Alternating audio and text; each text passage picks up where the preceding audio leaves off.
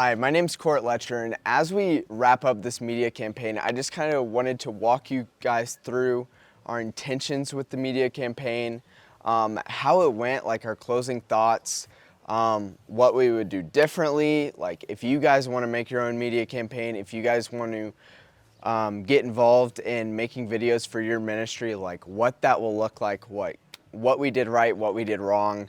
And there were a lot of things on both sides, so I just kind of wanted to go over those today and kind of express like our hearts on this media campaign and just how it went and things we would do differently next time. And my name's Court, and I made all the videos for our 52-week media campaign, which actually ended up being like a 60-week media campaign because we started early because of Lottie Moon. And that kind of brings me to my first point, which is you want to start in a season where you know new people will be coming in to view your content. So for us, that looked like Lottie Moon.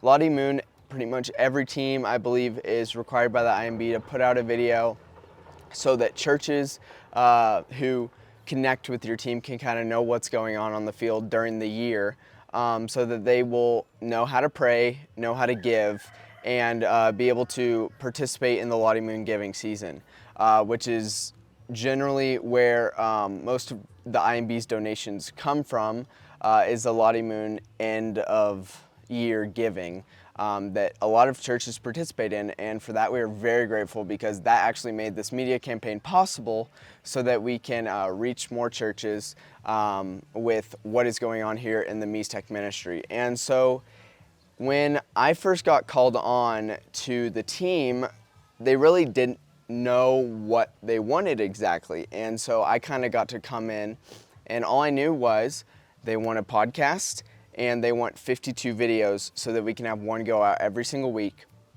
And basically my job was just going to be, hey, like go out, make the videos, and generally we did about 3 a week last semester. And this semester that has gone down significantly due to the amount of work that we put in last semester to hit those numbers.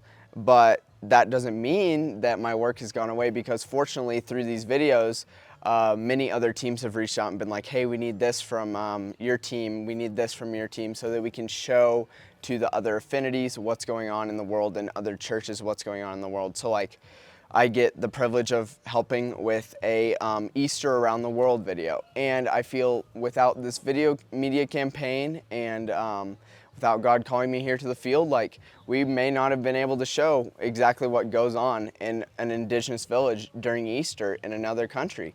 And so it's just little things like that that I didn't even see coming that's really made this experience good. But I think the main advice that I would give if you're wanting to start your own media campaign, you start your own ministry YouTube channel, is really take the time before you start posting to evaluate your audience. And unfortunately, we didn't really take that time, and I'd like to blame it on the fact that we didn't have all the analytics that we have now to create the videos. But while that is true, it would have been very easy to go in and really just say, who do we want to reach? And we know that we wanted to reach the churches, but what does that look like? What do people have time to watch? What do people want to watch? What are people interested in? What will retain their attention?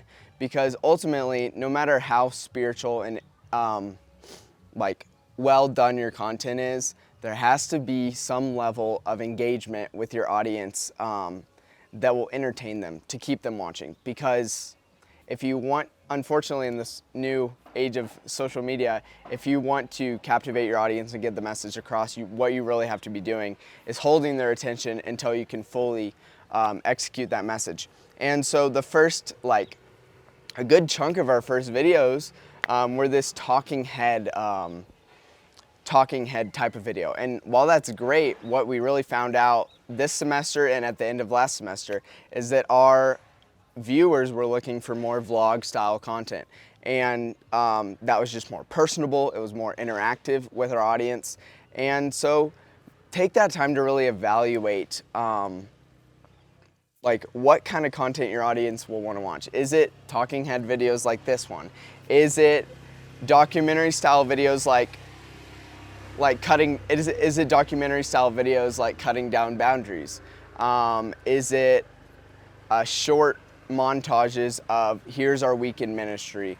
Or is it vlog style content, which is ultimately what we figured out performed the best and was able to bring in new viewers? Because ultimately, even though we were reaching the churches, it's really nice to bring in new viewers and expose them to missions, so that people all around the world, even outside of Southern Baptist churches, can be involved in praying for what is going on within the IMB.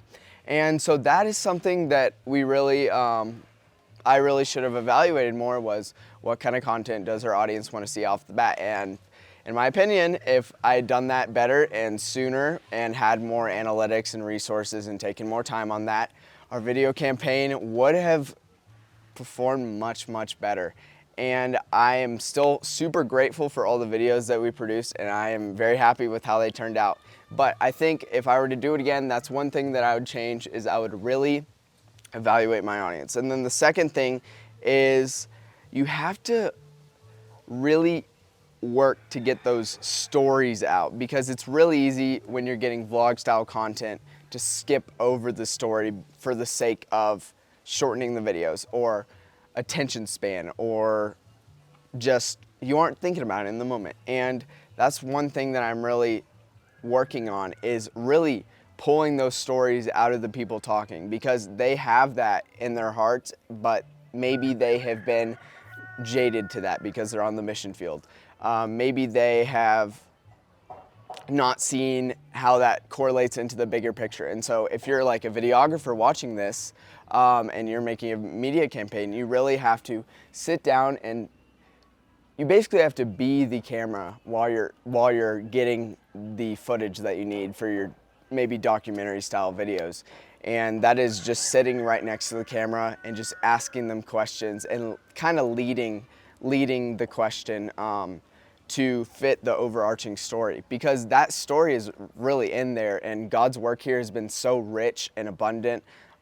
So it's not for lack of content. It's really just, like our missionaries have been on the field for 5 years. They've seen this before, but our audience back home in our churches have not seen this, and they don't know what's going on. So you really have to like take the time and like pray and ask God for fresh eyes so that you can see the story that needs to be told.